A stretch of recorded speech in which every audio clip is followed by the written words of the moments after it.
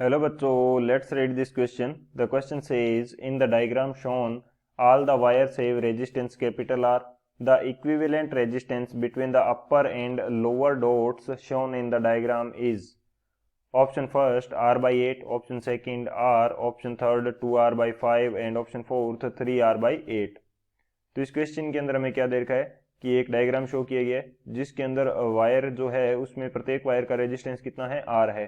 तो अपर and lower जो dot दिखाए गए हैं उनके अकॉर्डिंग हमें वैल्यू फाइंड आउट करनी है नेट रेजिस्टेंस की। तो बात करते हैं की कंसेप्ट की यदि बात की जाए इस क्वेश्चन के लिए तो वो हमारे पास क्या होगा, हमें पता होना चाहिए कि यदि हमारे पास आइडेंटिकल रेजिस्टेंस है और उनको सीरीज और पैरेलल कॉम्बिनेशन के अंदर यदि हम जोड़ देते हैं तो उनका नेट रेजिस्टेंस कितना आएगा सीरीज के लिए और पैरेलल के लिए, वो हमें पता होना चाहिए। तो मैं बात करता हूं यहाँ पे की कंसेप्ट के रूप में for identical resistance for identical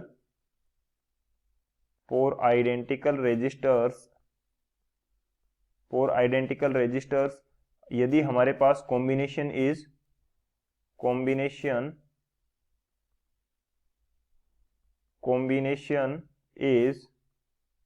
in series, यदि हमारे पास कॉम्बिनेशन किस में है सीरीज के अंदर है, तो हम आर इक्विवेलेंट कितना आएगा सीरीज कॉम्बिनेशन के लिए, मेरे पास कितने मान लेता हूं कि मेरे पास एन रजिस्टर है वो भी आइडेंटिकल है, तो इनकी वैल्यू आती है एन इंटू आर।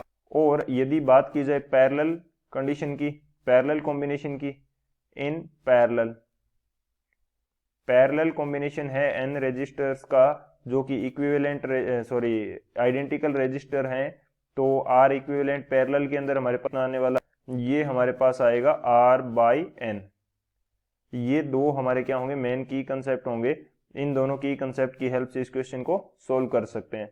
तो बात की जाए सॉल्यूशन की, अब यदि सॉल्यूशन की बात करें तो हमें ये एक डायग्राम शो किया गया है जिसके अंदर डॉट्स के बीच में हमें नेट रेजिस्टेंस फाइंड आउट करना है।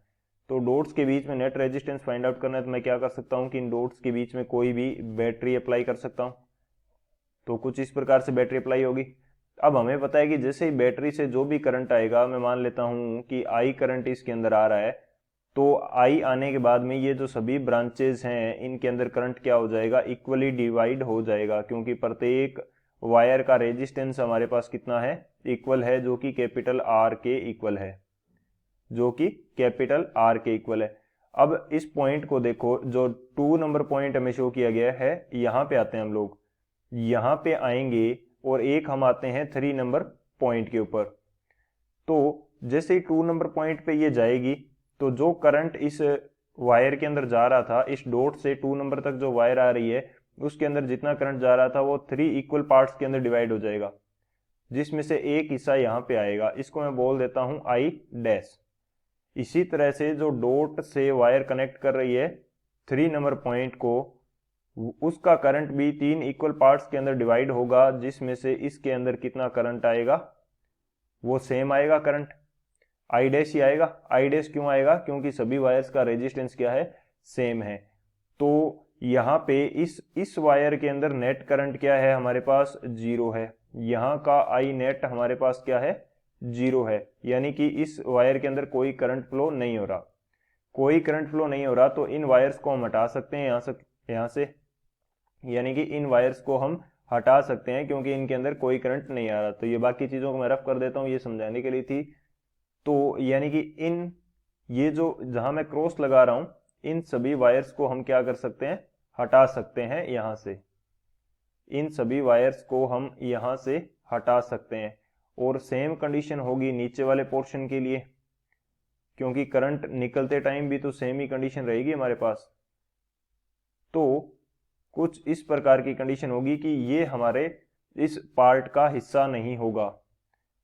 अब यदि इस डायग्राम को फिर से ध्यान से देखा जाए तो हमारे पास ये 2 डॉट्स हैं और इनको कनेक्ट करने वाली वायरिंग क्या है, किस प्रकार से है, एक वायर ये जाती है और फिर हमारे पास कंडीशन होती है कुछ इस तरह से, दूसरी वायर और तीसरी वायर, ये हमारे पास एक डॉट से दूसरा डॉट इस प्रकार से इन वायर्स की हेल्प से कनेक्ट होता है कुछ इस तरह से। और ऐसी वायरिंग हमारे पास कितनी है, ऐसी वायर्स कितनी है, टोटल वायर्स टोटल वायर्स कितनी है, ये हमारे पास है 8 वायर।